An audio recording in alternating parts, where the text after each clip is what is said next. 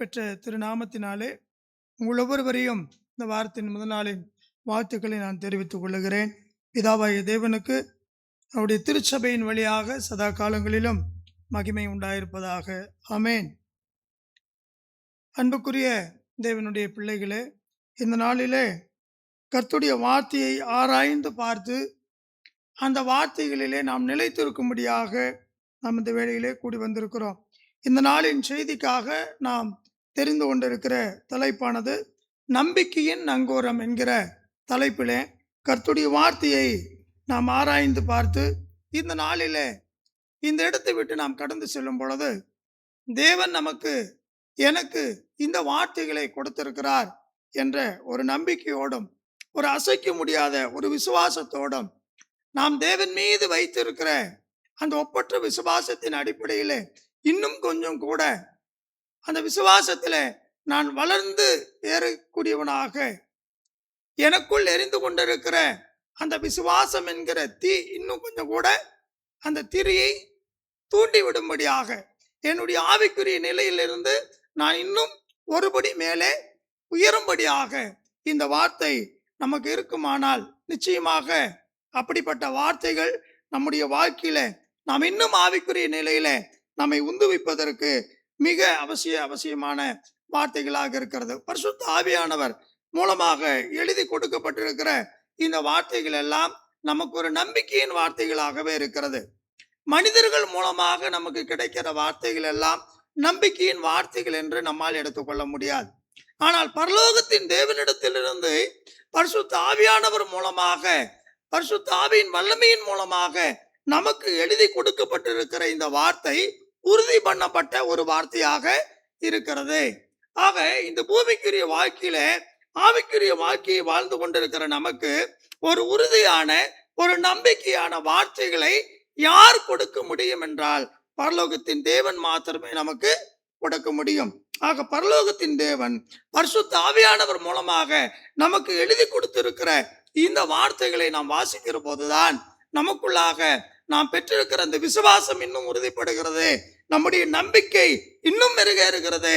நாம் எதன் மீது நம்பிக்கை வைத்திருக்கிறோமோ அந்த நம்பிக்கையை நாம் பிடித்து கொள்ளும்படி நம்மை உத்வேகப்படுத்துகிறது, நமக்கு ஊக்கமளிக்கிறது, நம்மை உற்சாகப்படுத்துகிறது. ஆகவே எனது அன்புக்குரிய சகோதர சகோதரிகளே, இந்த நாளிலே எபிரேயருக்கு எழுதிய பொதுவான நிருபத்திற்கு நம்முடைய வேதாகமத்தின் பக்கத்தை நாம் திருப்பிக் கொள்ளலாம். எபிரேயருக்கு எழுதின பொதுவான நிருபம் 6ஆம் அதிகாரம் வசனங்கள் 18, 19, 20 ஆகிய வசனங்களை இந்த நாளிலே இந்த தியானத்திற்காக நாம் எடுத்துக்கொண்டு நமக்கு முன் வைக்கப்பட்ட நம்பிக்கை பற்றிக் கொள்ளும்படி அடைக்கலமாய் ஓடி வந்த நமக்கு இரண்டு மாறாத விசேஷங்களால் நிறைந்த ஆதரவு உண்டாகும்படி எவ்வளவேனும் பொய் உரையாத தேவன் அப்படி செய்தார். அந்த நம்பிக்கை நமக்கு நிலையும் உறுதியும் திரைக்குள்ளே போகிறதுமான ஆத்ம நங்கூரமாய் இருக்கிறது. நமக்கு முன்னோடியவராகிய இயேசு மெல்கிசேதேக்கின் முறைமையின்படி நித்திய பிரதான ஆசாரியரால் நமக்காக அந்த திரைக்குள் பிரவேசித்திருக்கிறார். ஆமென். நாம் அந்த திரைக்குள் பிரவேசிக்க வேண்டும், அந்த நம்பிக்கைக்குள் நாமும் பிரவேசிக்க வேண்டும் என்பதற்காக ஆண்டவராயிருக்கிற இயேசு கிறிஸ்து நமக்கு ஒரு முன்னோடியாக அவர் அந்த நம்பிக்கைக்குள் அந்த திரைக்குள் அவர் பிரவேசித்திருக்கிறார் என்று எழுதப்பட்டிருக்கிறது. பிரியமானவர்களே, நம்பிக்கையின் நங்கூரம் என்கிற ஒரு தலைப்பை நாம் தெரிந்தெடுத்திருக்கிறோம். ஏன் இந்த நங்கூரத்தை நாம் தெரிந்தெடுத்திருக்க வேண்டும்?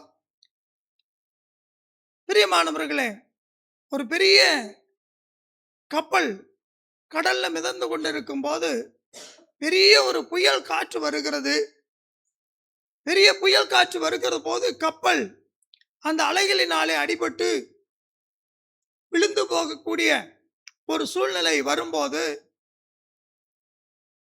அந்த கப்பலிலே எத்தனை நங்கூரங்கள், பெரிய பெரிய இரும்பு சங்கிலிகளால், இரும்பு துண்டுகளால் அது இணைக்கப்பட்டு எத்தனை நங்கூரங்கள் இருக்கிறதோ அத்தனை நங்கூரத்தையும் எடுத்து கடலின் ஆழத்திலே போடுவார்கள். அந்த நங்கூரமானது கடலின் ஆழத்திலே போய் இறுக பிடித்து கொண்டு அந்த கப்பலை ஆட விடாமல், அந்த கப்பலை மூழ்க விடாமல் அல்லது அந்த கப்பலுக்கு எந்த விதமான ஒரு சேதமும் வந்து விடாமல் அந்த கப்பலையும் அது காப்பாற்றுகிறது, கப்பலில் இருக்கிறவர்களையும் காப்பாற்றுகிறது. இப்ப நங்கூரம் என்பது எவ்வளவு ஒரு முக்கியமான ஒரு விஷயமாக இருக்கிறது பாருங்க. நாமும் கூட ஒரு கப்பல்ல தான் பயணித்துக் கொண்டிருக்கிறோம். விசுவாசம் என்கிற கப்பலில் பயணித்துக் கொண்டிருக்கிறோம். நம்முடைய வாழ்க்கையில கூட அநேக பிரச்சனைகள் ஒவ்வொரு நாளும் இருந்து கொண்டே இருக்கிறது. குடும்பத்துல பிரச்சனைகள் இருக்கிறது, கடன் பிரச்சனைகள் இருக்கிறது, நோய் போன்ற பிரச்சனைகள் நம்முடைய வாழ்க்கையில வருகிறது, உறவுகளின் மூலமாக பிரச்சனைகள் வருகிறது, நண்பர்கள் மூலமாக பிரச்சனைகள் வருகிறது, பொது இடங்களில் இருந்து நிறைய பிரச்சனைகள் நமக்கு வந்து கொண்டே இருக்கிறது.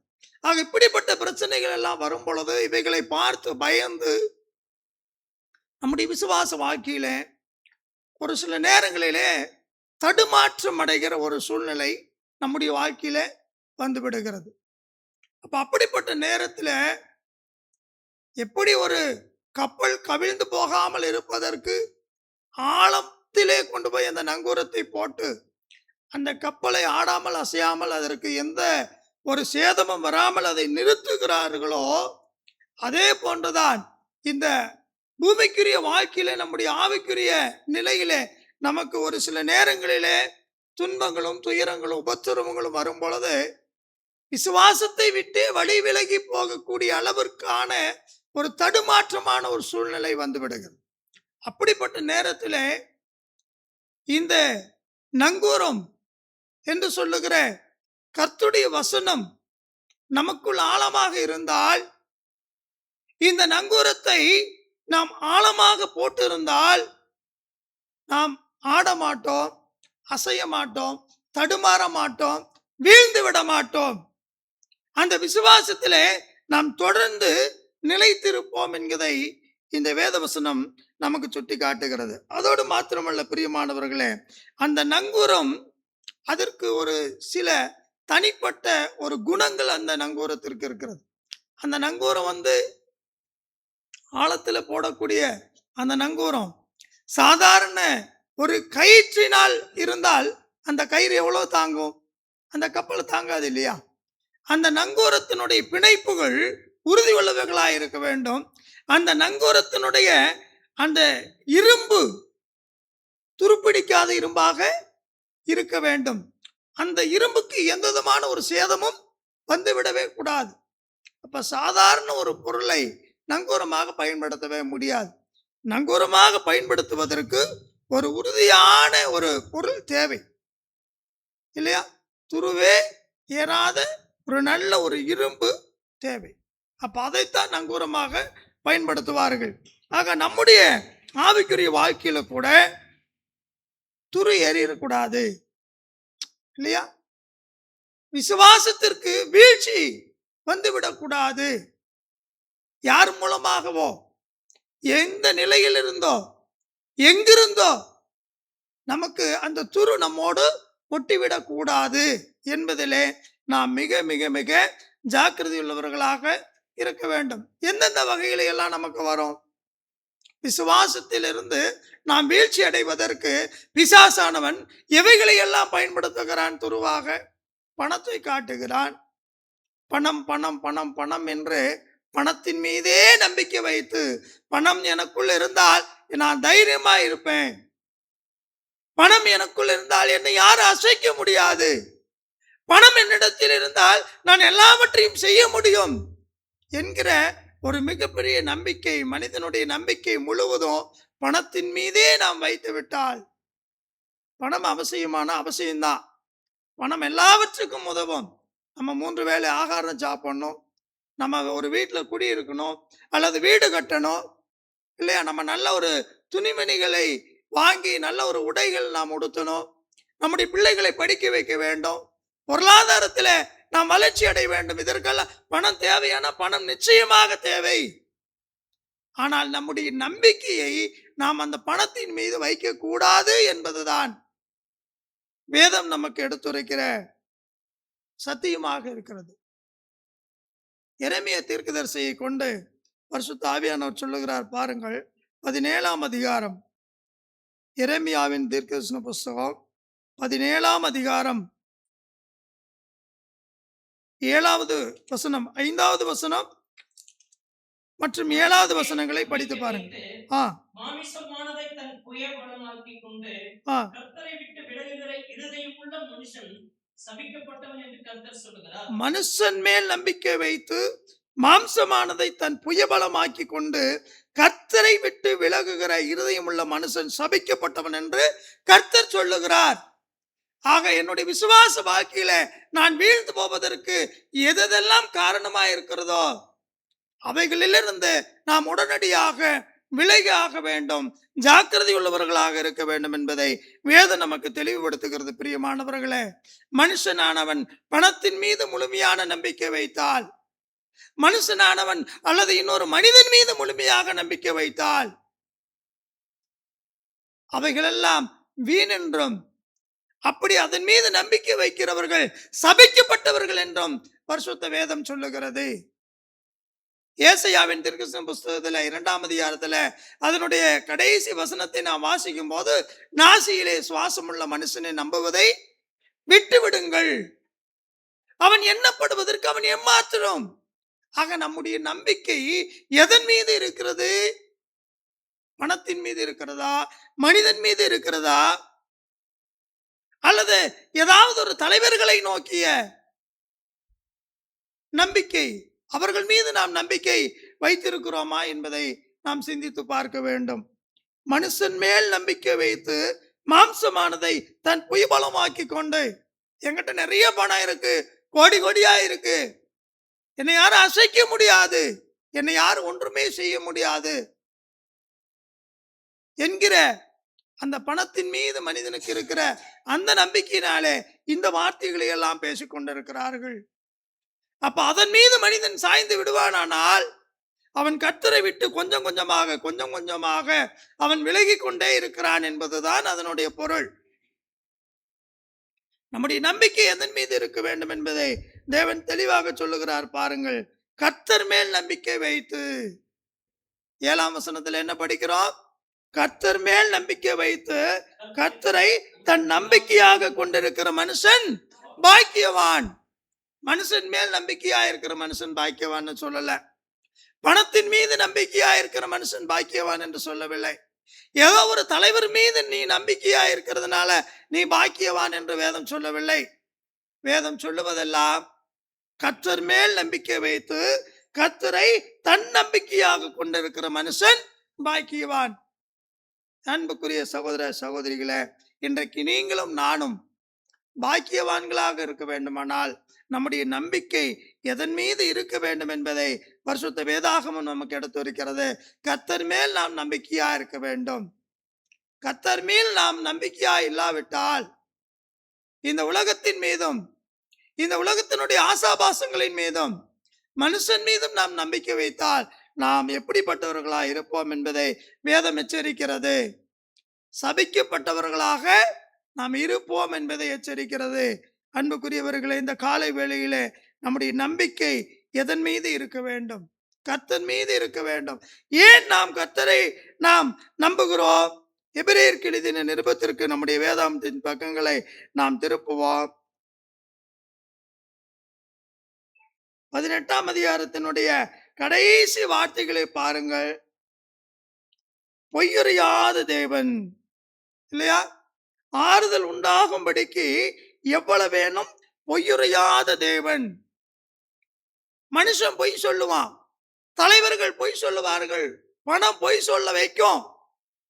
ஆனால் நம்மை உண்டாக்கின உருவாக்கின சர்வ சிருஷ்டி கர்த்தர் பிதாவாகிய தேவன், அவர் ஒரு நாளும் பொய்யே சொல்ல மாட்டார். அவர் பொய் உரையாத தேவன்.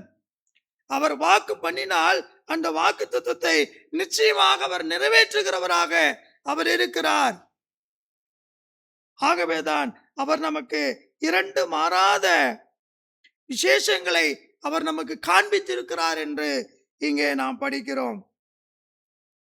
நமக்கு முன் வைக்கப்பட்ட நம்பிக்கையை பற்றி கொள்ளும்படி அடைக்கலமாய் ஓடி வந்த நமக்கு 2 மாறாத விசேஷங்களினால் நிறைந்த ஆறுதல் உண்டாகும்படிக்கு எவ்வளவேனும் பொய்யுரையாத தேவன் அப்படி செய்தார் என்று எழுதப்பட்டிருக்கிறது. நமக்கு முன் வைக்கப்பட்ட நம்பிக்கை என்று ஒன்று சொல்லப்படுகிறது. நமக்கு முன்பாக ஒரு நம்பிக்கை வைக்கப்பட்டிருக்கிறது, ஒரு இலக்கு வைக்கப்பட்டிருக்கிறது, அல்லது நாம் அதை பிடித்துக் கொள்ளும்படியான ஒரு பரிசு நமக்காக வைக்கப்பட்டிருக்கிறது. பெற்றுக்கொள்ளத்தக்கதாக அது நமக்கு வைக்கப்பட்டிருக்கிறது. அந்த நம்பிக்கையை பற்றி கொள்ளும்படி கிறிஸ்துவ வாழ்க்கையிலே நம்ம ஒவ்வொரு நாளும் ஒவ்வொரு அடியாக ஒவ்வொரு ஸ்டெப்பும் நம்ம எடுத்து வைக்கணும் அப்படின்னு சொல்லி இங்க சொல்லுகிறார். நமக்கு முன் வைக்கப்பட்ட நமக்கு முன் ஒரு நம்பிக்கை வைக்கப்பட்டிருக்கிறது. அந்த நம்பிக்கையை நோக்கியே நம்முடைய பயணம் இருக்க வேண்டும் என்று தேவன் விரும்புகிறார். அப்போஸ்தலர் பவுல் கொலோசை பட்டணத்தில் உள்ள திருச்சபை மக்களுக்கு எழுதி உணர்த்துகிற ஒரு வார்த்தையை நாம் இங்கே படிக்கலாம். பக்கம் 274 கொலோசியருக்கு எழுதிய நிருபம் 1ஆம் அதிகாரம் 2வது வசனத்தை வாசிப்போம். கொலோசை பட்டணத்தில் கிறிஸ்துவுக்குள் பரிசுத்தவான்களும் விசுவாசிகளுமாயிருக்கிற சகோதரர்களுக்கு எழுதுகிறதாவது, நம்முடைய பிதாவாகிய தேவனாலும் கர்த்தராகிய கிறிஸ்து இயேசு கிறிஸ்துவினாலும் உங்களுக்கு கிருபையும் சமாதானமும் உண்டாவதாக. இந்த வார்த்தையினுடைய தொடக்கத்திலேயே அவர் என்ன சொல்ல வர்றார் பாருங்க. கொலோசை பட்டணத்தில் கிறிஸ்துவுக்குள் பரிசுத்தவான்கள், அந்த பட்டணத்திலே திருச்சபை இருக்கிறது. அந்த திருச்சபையில ரட்சிக்கப்பட்ட தேவ பிள்ளைகள் கூடி வருகிறார்கள். அந்த தேவ பிள்ளைகளுக்கு எழுதுகிறார், அந்த பரிசுத்தவான்களுக்கு எழுதுகிறார், அந்த விசுவாசிகளுக்கு எழுதுகிறார். என்ன சொல்லுகிறார்? உங்களுக்கு கிருபையும் சமாதானமும் உண்டாவதாக என்று ஒரு ஆசீர்வாதத்தினுடைய வாழ்த்துதல் அங்கே சொல்லிக்கொண்டு அங்கே 4வது வசனத்திலே சொல்லுகிறார், பரலோகத்தில் உங்களுக்காக வைத்திருக்கிற நம்பிக்கையின் நிமித்தம். அப்ப நமக்காக ஒரு நம்பிக்கை வைக்கப்பட்டிருக்கிறது. அந்த நம்பிக்கை எங்கே வைக்கப்பட்டிருக்கிறது? பரலோகத்தில் வைக்கப்பட்டிருக்கிறது. எந்த நம்பிக்கை வைக்கப்பட்டிருக்கிறது? பரலோகம் என்கிற நம்பிக்கை நமக்காக வைக்கப்பட்டிருக்கிறது. அந்த நம்பிக்கையை பற்றி கொள்ளும்படி நமக்கு முன் வைக்கப்பட்டிருக்கிற நம்பிக்கை பரலோகம். அந்த பரலோகத்தை நான் பிடித்துக் கொள்ள வேண்டும் என்கிற அந்த ஒரு ஆவல், அந்த ஒரு தாகம், அந்த ஒரு வாஞ்சை நமக்குள் இருக்க வேண்டும் என்று தேவன் விரும்புகிறார். ஆகையினால் தான் சொல்றாரு. திரும்பவும் நாம் எபிரேயருக்கு எழுதின நிருபத்திற்கு நாம் கடந்து வரலாம். 6ஆம் அதிகாரம் வசனங்கள் 18 படியுங்கள். நமக்கு முன் வைக்கப்பட்ட நம்பிக்கையை பற்றி கொள்ளும்படி அடைக்கலமாய் ஓடி வந்த நமக்கு 2 மாறாத விசேஷங்களினால் நிறைந்த ஆறுதல் உண்டாகும்படிக்கு எவ்வளவேனும் பொய்யறையாத தேவன் அப்படி செய்தார். பரலோகம் என்பதே ரட்சிக்கப்பட்ட தேவ பிள்ளைகளுக்கு உறுதிப்படுத்தப்பட்ட ஒன்று, மறந்து விடாதீர்கள். பரலோகம் என்பதே ரட்சிக்கப்பட்ட தேவ பிள்ளைகளுக்கு உறுதிப்படுத்தப்பட்ட ஒன்று. ஏனென்றால் அவர் பொய்யுரையாத தேவன் என்பதை நமக்கு அவர் வெளிப்படுத்தி இருக்கிறார். பொய்யுரையாத தேவன் பரலோகத்தை நமக்கு வாக்கு தந்திருக்கின்றார். நித்திய ஜீவனை நமக்கு வாக்களித்திருக்கின்றார். 2 மாறாத விசேஷங்கள் என்று சொல்லுகிறாரே. என்ன 2 மாறாத விசேஷங்கள்? ஒன்று பழைய ஏற்பாடு, இன்னொன்று புதிய ஏற்பாடு. ஒன்று பழைய ஏற்பாட்டு ஆசாரியத்துவ முறைமைகள் இருந்தது. பழைய ஏற்பாட்டின் காலத்துல சாலமோன் அரசர் கட்டிய அந்த மிகப்பெரிய தேவாலயத்திலே 2 கூடாரங்கள் இருந்தது. பரிசுத்த ஸ்தலம் இருந்தது, மகா பரிசுத்த ஸ்தலம் இருந்தது.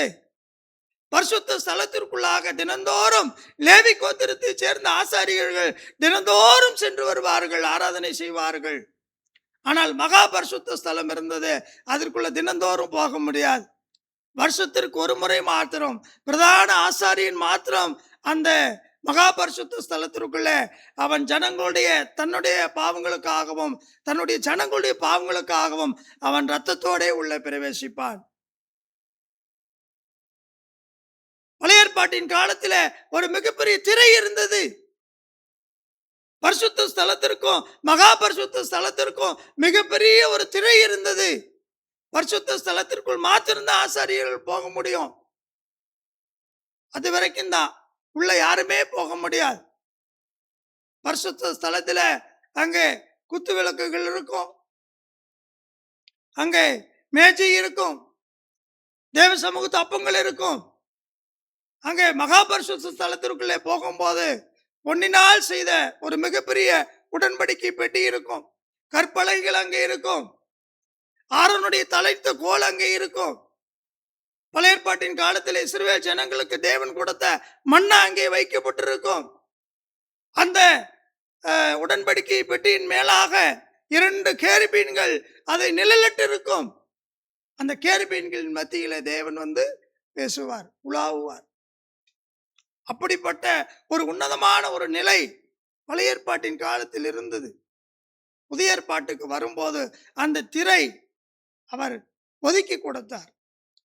ஆண்டவராயிருக்கிற இயேசு கிறிஸ்துவின் வழியாக அந்த திரைக்குள் நாம் பிரவேசிக்க முடியும் என்கிற ஒரு நம்பிக்கையை கர்த்தராகிய இயேசு கிறிஸ்துவின் மூலமாக பிதாவாகிய தேவன் நமக்கு ஏற்படுத்தி கொடுத்தார் இல்லையா? அதைத்தான் சொல்லுகிறார், அடைக்கலமாய் ஓடி வந்த நமக்கு 2 மாறாத விசேஷங்களினால் நிறைந்த ஆறுதல் உண்டாகும்படிக்கு. பழைய ஏற்பாட்டின் காலத்தில் இஸ்ரவேல் ஜனங்களுக்கு அந்த ஒரு முறைமைகள் ஆறுதலை கொடுத்தது என்று சொன்னால், கர்த்தராகிய இயேசு கிறிஸ்துவின் வழியாக புதிய ஏற்பாட்டின் காலத்தில் இன்றைக்கு வாழ்ந்து கொண்டிருக்கிற நமக்கு இயேசு கிறிஸ்துவின் மூலமாக கிடைக்கப்பட்டிருக்கிற புதிய உடன்படிக்கை என்று அழைக்கப்படுகிற இந்த நினைவு திருப்பலியின் வழியாக, கர்த்தராகிய இயேசு கிறிஸ்துவினுடைய மரணத்தின் வழியாக அந்த திரை சீலையை அவர் கிழித்தெறிந்து நாம் அதற்குள் பிரவேசிக்கக்கூடிய மகா பரிசுத்த ஸ்தலம் என்று சொல்லக்கூடிய அந்த பரலோகத்தில் பிரவேசிக்கக்கூடிய மிகப்பெரிய பாக்கியத்தை அவர் நமக்கு ஏற்படுத்தி கொடுத்தார் என்றால், எவ்வளவு பெரிய பாக்கியம் பெற்றவர்களாக, எவ்வளவு பெரிய ஆசீர்வாதத்தை பெற்றவர்களாக, பாக்கியவான்களாக நாம் இருக்கிறோம் என்பதை நாம் சிந்தித்து பார்க்க வேண்டும். பிரியமானவர்களே, உள்ளே போகக்கூடிய ஒரு மிகப்பெரிய ஒரு ஆசீர்வாதம் வெறும் வெற்று வார்த்தைகளால் அல்ல, நேரா தேவனுடைய சிங்காசனத்திற்கே போகக்கூடிய ஒரு மிகப்பெரிய பாக்கியத்தை பரலோகத்தின் தேவன் இயேசு கிறிஸ்துவின் வழியாக நமக்கு ஏற்படுத்தி கொடுத்தார். எபிரேயருக்கு எழுதிய நிருபம் 9ஆம் அதிகாரம் 15வது வசனத்துல நாம் வாசித்தோம், முதலாம் உடன்படிக்கையின் காலத்தில் நடந்த அக்கிரமங்களை நிவர்த்தி செய்யும் பொருட்டு அவர் மரணம் அடைந்து அழைக்கப்பட்டவர்கள் வாக்குத்தத்தம் பண்ணப்பட்ட நித்திய சுதந்திரத்தை அடைந்து கொள்வதற்காக புது உடன்படிக்கையின் மத்தியஸ்தராயிருக்கிறார்.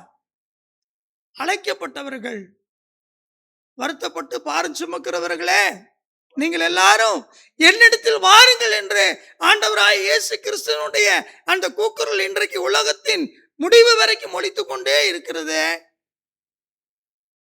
வருத்தப்பட்டு பாரம் சுமக்கிறவர்களே, எல்லாரும் என்னிடத்தில் வாருங்கள், என்னிடத்தில் வாருங்கள், நான் உங்களுக்கு வாருங்கள் என்று அழைத்து சும்மா போன்னு சொல்லி சும்மா அனுப்பிடுறது இல்லை. ஒரு வாக்கு தத்தத்தோடு அழைக்கிறார், வாக்கு கொடுத்து அழைக்கிறார்.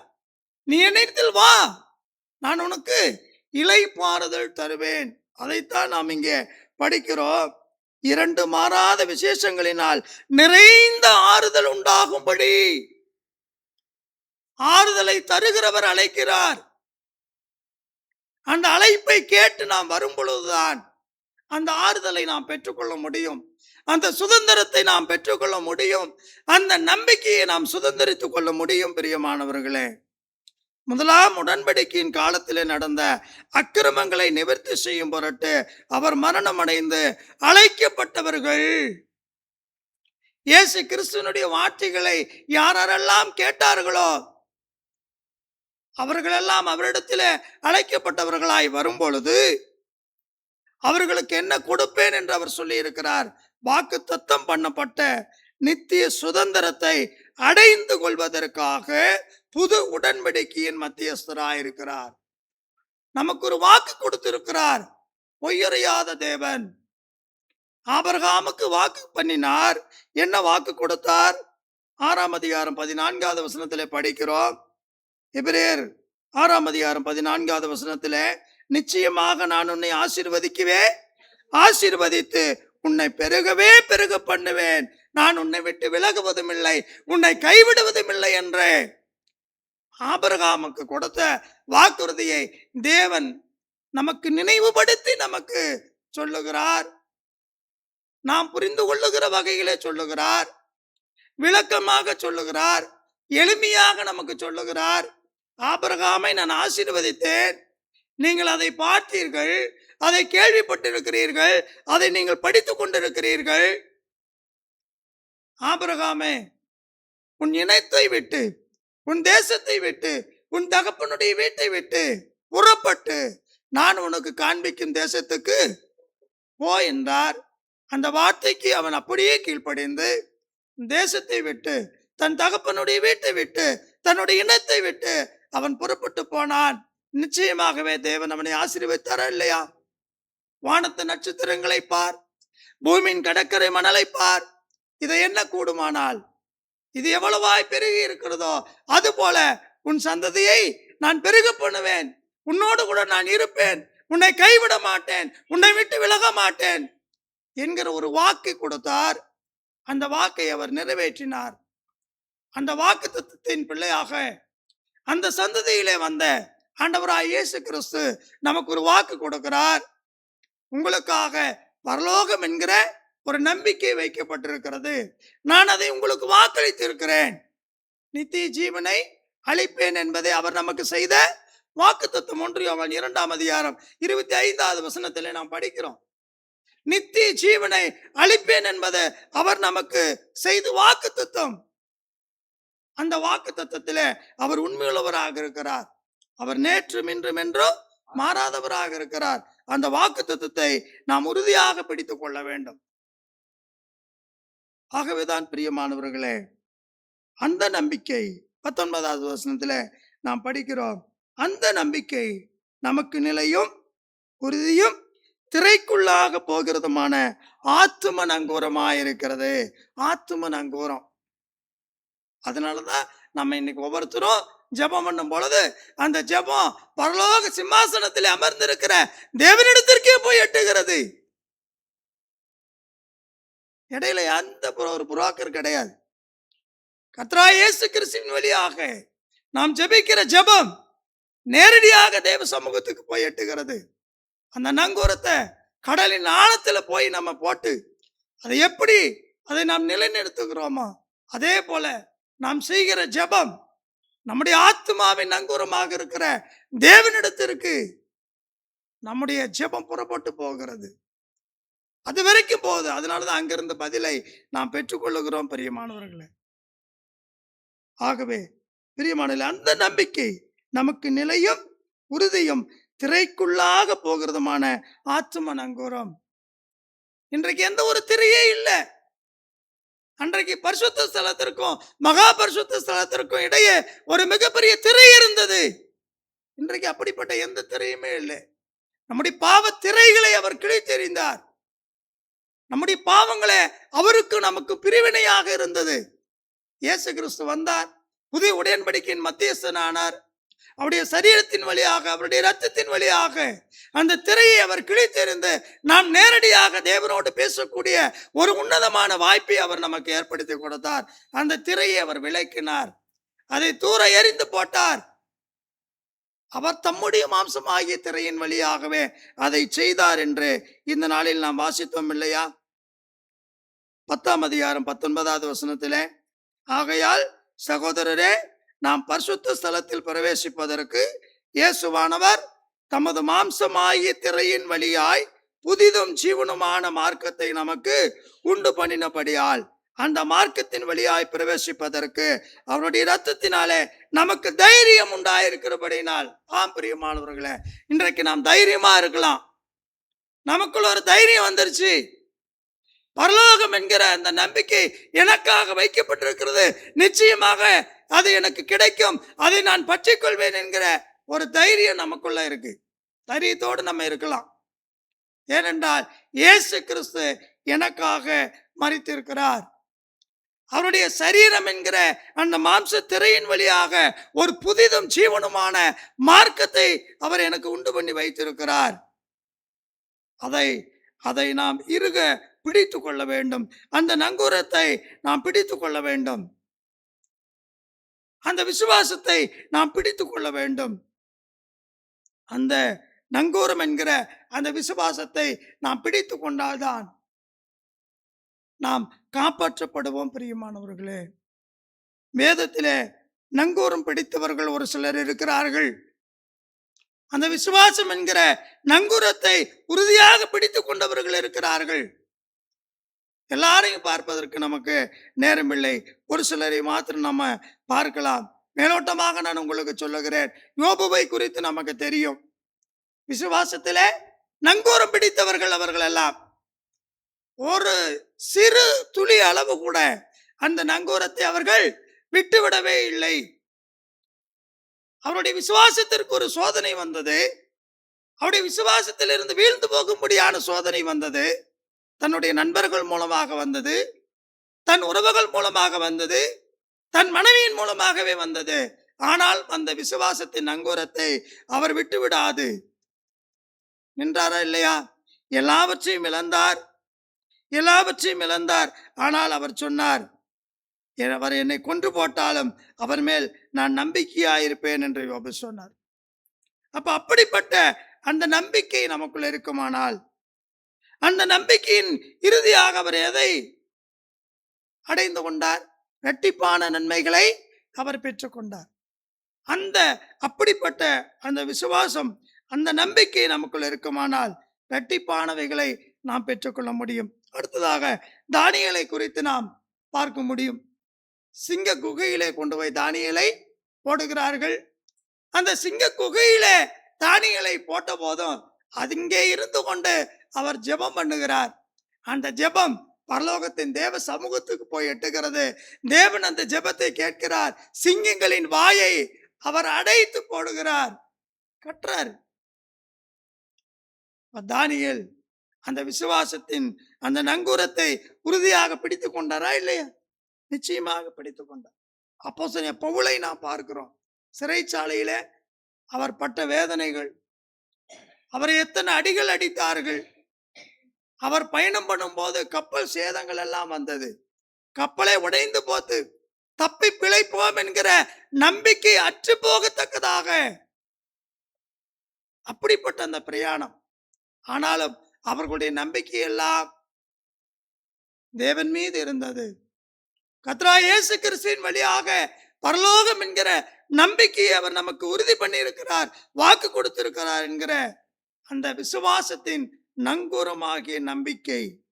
அந்த நம்பிக்கை தாங்க அவர்களை எத்தனை கஷ்டங்கள் வந்தாலும், துயரங்கள் வந்தாலும், உபத்திரவங்கள் வந்தாலும், அவைகள் எல்லாவற்றிலும் அவர்களை உறுதியாக நிற்க செய்தது என்றால், தேவன் அவர்களுக்கு ஒரு நம்பிக்கையை கொடுத்திருந்தார், ஒரு வாக்கு கொடுத்திருந்தார். அந்த வாக்கின் மீது அவர் பொய்யுரையாத தேவன் என்பதை அவர்கள் உணர்ந்திருந்தார்கள்.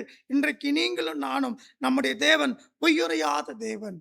பரலோகம் என்கிற நம்பிக்கையை அவர் நமக்கு தந்திருக்கிறார். ஆகவே நம்முடைய விசுவாசம் என்கிற நங்கூரத்தை நாம் அவர் மீது வைத்திருக்க வேண்டும். அது மாத்திரமல்ல, அவர் நம்முடைய ஆத்தும நங்கூரமாக இருக்கிறார்.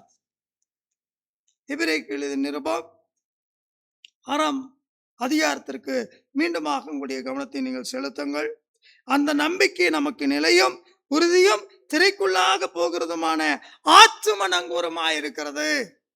நம்முடைய சரீரத்திற்கு மாத்திரமல்ல, நம்முடைய ஆத்துமா ரட்சிக்கப்படும்படியாய், நம்முடைய ஆத்துமா காக்கப்படும்படியாய், நம்முடைய ஆத்துமா பரலோகத்திலே சென்று நித்திய காலமாய் வாழும்படிக்கு அவர் நம்முடைய ஆத்துமாவின் நங்கூரமாக இருக்கிறார் என்று வேதம் சொல்லுகிறது. பிரியமானவர்களே, அதற்கு ஒரு முன்னோடியாக, ஒரு முன்னடையாளமாக நாம் பரலோகத்திற்கு செல்வதற்கு முன்பாகவே, நம்முடைய ஆத்மா பரலோகத்திற்கு செல்வதற்கு முன்பாகவே கர்த்தராகிய இயேசு கிறிஸ்து முன்னோடியாக செயல்பட்டு இருக்கிறார். 20வது வசனத்திலே நாம் அதை படிக்கலாம். நமக்கு முன்னோடினவராகிய இயேசு மெல்கிசேதேக்கின் முறைமையின்படி நித்திய பிரதான ஆசாரியராய் நமக்காக அந்த திரைக்குள் பிரவேசித்திருக்கிறார். எவ்வளவு பெரிய ஒரு நம்பிக்கையை! அந்த நம்பிக்கை எப்படின்னா, அந்த நம்பிக்கைக்கு இன்னும் வலு சேர்க்கும்படியாக, அந்த நம்பிக்கையை உறுதி பண்ணும்படியாக ஐயா நான் போயிட்டேன் பரலோகத்துக்கு பாரு, உங்க கண்ணு முன்னால தானே போறேன். மரித்தார், அடக்கம் பண்ணப்பட்டார், 3ஆம் நாள் உயிரோடு எழுந்தார். உயிரோடு எழுந்து எல்லாருடைய கண்களுக்கு முன்பாகவே அவர் பரமேறி சென்றார். அந்த ஒரு நம்பிக்கை நமக்கு வலு சேர்க்குதா இல்லையா? நம்முடைய விசுவாசத்துல நாம் இன்னும் உறுதி பண்ணும்படிக்கு, நம்முடைய விசுவாசத்துல நாம் இன்னும் நிலைத்திருக்கும்படிக்கு, பரலோகம் என்கிற நம்பிக்கையை நாம் பற்றிக்கொள்ளும்படிக்கு அவர் வலு சேர்க்கிறாரா இல்லையா? இயேசு கிறிஸ்து எல்லாருடைய கண்களுக்கு முன்பாகவும் அவர் பரமேறி சென்றாரே, அவர் பரலோகத்திற்கு சென்றார். அதே போலதான் அந்த ஒரு நம்பிக்கை பாருங்க, நமக்கு முன்னோடினவராகிய இயேசு மெல்கிசேதேக்கின் முறைமையின்படி நித்திய பிரதான ஆசிரியராய் நமக்காக அந்த பரலோகம் என்கிற அந்த திரைக்குள் அவர் பிரவேசித்திருக்கிறார். இன்றைக்கு தேவனுடைய வலது பார்சத்தில் அவர் வீற்றிருந்து கொண்டிருக்கிறார். நம்முடைய ஜெபங்களை எல்லாம் அவர் கேட்டு நமக்காக பரலோகத்தின் தேவனிடத்தில் அவர் பரிந்து பேசிக் கொண்டிருக்கிறார். எண்ணுக்கடங்காத பெருமூச்சுகளோடு அவர் நமக்காகவும் வேண்டுதல் செய்து கொண்டே இருக்கிறார். அப்படிப்பட்ட இயேசு கிறிஸ்துவை நம்முடைய ஆத்மாவின் நங்கூரமாக நாம் பிடித்துக் கொள்ள வேண்டும். பிரியமானவர்களே, நங்கூரம் என்பது ஒரு சாதாரண கயிற்றை நாம் நினைத்து விடக்கூடாது. நங்கூரம் என்பது ஒரு நபராக இருக்கிறார். அந்த நபர் யார் என்றால் அவர்தான் இயேசு கிறிஸ்து. அவரை நாம் இறுக பிடித்துக் கொள்ள வேண்டும். இன்றைக்கு நம்முடைய வாழ்க்கையில நம்முடைய விசுவாச கப்பல் ஆடிக்கொண்டிருக்கிறதா? பயப்படாதீர்கள் பிரியமானவர்களே, நம்பிக்கையின் நங்கூரத்தை இறக்கி போடுங்க. கர்த்தராகிய இயேசு கிறிஸ்துவின் மீது அந்த நம்பிக்கையின் நங்கூரத்தை விசுவாசத்தோடு ஆழமாய் செலுத்துங்கள். இயேசு கிறிஸ்துவை நீங்கள் பிடித்துக் கொண்டால் அவர் உங்களை பரலோகம் அழைத்து செல்வார். வேதத்தை தினமும் படிங்க, வேதத்தை தினமும் படிங்க. அதுலதான் தேவனுடைய வாக்கு இருக்கிறது. தேவனுடைய பொய்யுரையாத நம்பிக்கையான உறுதிப்படுத்தப்பட்ட வார்த்தைகள் அங்கேதான் இருக்குது. அந்த நம்பிக்கையை நாம் பற்றிக்கொள்ள வேண்டும் என்றால் 3 காரியங்களை நாம் செய்ய வேண்டும். வேதத்தை தினந்தோறும் நாம் படிக்க வேண்டும். 2வதாக ஜெபத்தில் நில்லுங்க. இந்த உலகத்தில் இருந்து வருகிற உபத்திரவத்தில் இருந்தும் துன்பத்தில் இருந்தும் நான் விசுவாச வீழ்ச்சி அடைந்து விடாமல் பரலோகம் என்கிற அந்த நம்பிக்கையை நான் பெற்றுக்கொள்வதற்கு அந்த ஜெபத்தில் விசுவாசமா நில்லுங்க. ஜெபம் தான் ரொம்ப முக்கியம். ஏன்னா அந்த ஜெபம், அந்த நங்கூரம், அந்த ஜெபம் என்கிற அது சிம்மாசனத்திற்கு கடந்து போகணும், திரைக்குள்ள போகணும். நம்முடைய ஜெபம் பரலோகத்திற்குள்ள போய் தேவனுடைய காதுகளுக்கு அந்த ஜெபம் எட்டணும். ஆகவே ஜெபத்தில் நில்லுங்க. 3வதாக விசுவாசத்தை விட்டு விடாதீர். விசுவாசத்தை விட்டுறாதீங்க, நம்பிக்கையோடு நில்லுங்கள். அப்போஸ்தலனை போல் ரோமாபுரியில் உள்ள சபைக்கு எழுதி உணர்த்துகிற போது 8ஆம் அதிகாரம் 24வது வசனத்திலே நாம் இங்கே படிக்கலாம். அந்த நம்பிக்கையினாலே நாம் ரட்சிக்கப்பட்டிருக்கிறோம். ரோமர் 8ஆம் அதிகாரம் 24ஆம் வசனம். அந்த நம்பிக்கையினாலே நாம் ரட்சிக்கப்பட்டிருக்கிறோம். காணப்படுகிறதை நம்புகிறது நம்பிக்கை அல்ல. ஒருவன் தான் காண்கிறதை நம்ப வேண்டுவதென்ன? நாம் காணாததை நம்பினோமாகில் அது வருகிறதற்கு பொறுமையோட காத்திருப்போம். கண்ணால பார்க்கிறது நம்பிக்கை அல்ல, காணாத ஒன்று. நம்ம யாரும் அமெரிக்காவுக்கு போனதில்லை, ஆனால் அமெரிக்கா என்கிற ஒரு தேசம் இருக்கிறதை நாம் நம்புகிறோம். அதே போலதான் நாம் பரலோகத்துக்கு போகல, ஆனால் பரிசுத்த ஆவியானவர் மூலமாக ஏவப்பட்டு எழுதி கொடுக்கப்பட்ட வார்த்தைகள் பரலோகத்தை நமக்கு அடையாளப்படுத்துகிறது. பரலோகம் எப்படிப்பட்ட ஒரு ஆனந்தமான ஒரு இடம், ஒரு பேரின்பமான ஒரு இடம், அங்கே யார் இருக்கிறாங்க என்பதையெல்லாம் பரிசுத்த வேதாகமம் நமக்கு வெளிப்படுத்தி காட்டுகிறது. அந்த பரலோகத்தை நான் அடைந்து கொள்வதற்கு இந்த பூமிக்குரிய வாழ்க்கையில நான் எப்படி இருக்கணுமா? நாம் காணாததை நம்பினோமாகில். பரலோகத்தை நான் நேரில் போய் பார்த்ததில்லை, ஆனால் எனக்காக தேவன் வைத்திருக்கிறார். அதை அவர் வாக்கு கொடுத்திருக்கிறார். அவர் பொய்யுரையாத தேவன். அதை நான் பெற்றுக்கொள்வதற்கு நம்ம எப்படி இருக்கணுமா? 25வது வசனம், நான் காணாததை நம்பினோமாகில் அது வருகிறதற்கு பொறுமையோட காத்து. நம்முடைய விசுவாசத்தின் நம்பிக்கையோட நாம் பொறுமையோட காத்திருந்தால் அந்த பரலோகத்தை நாம் பெற்றுக்கொள்ள முடியும். நாம் ஒவ்வொருவரும் பெற்றுக்கொள்ள முடியும். அப்படிப்பட்ட ஆசீர்வாதங்களை தேவன் நமக்கு தந்து நம்மை மென்மேலும் ஆசீர்வதித்து நம்முடைய குடும்பங்களையும் ஆசீர்வதித்து நம்மை வழிநடத்துவாராக. நாம் யாவரும் எழும்பி நின்று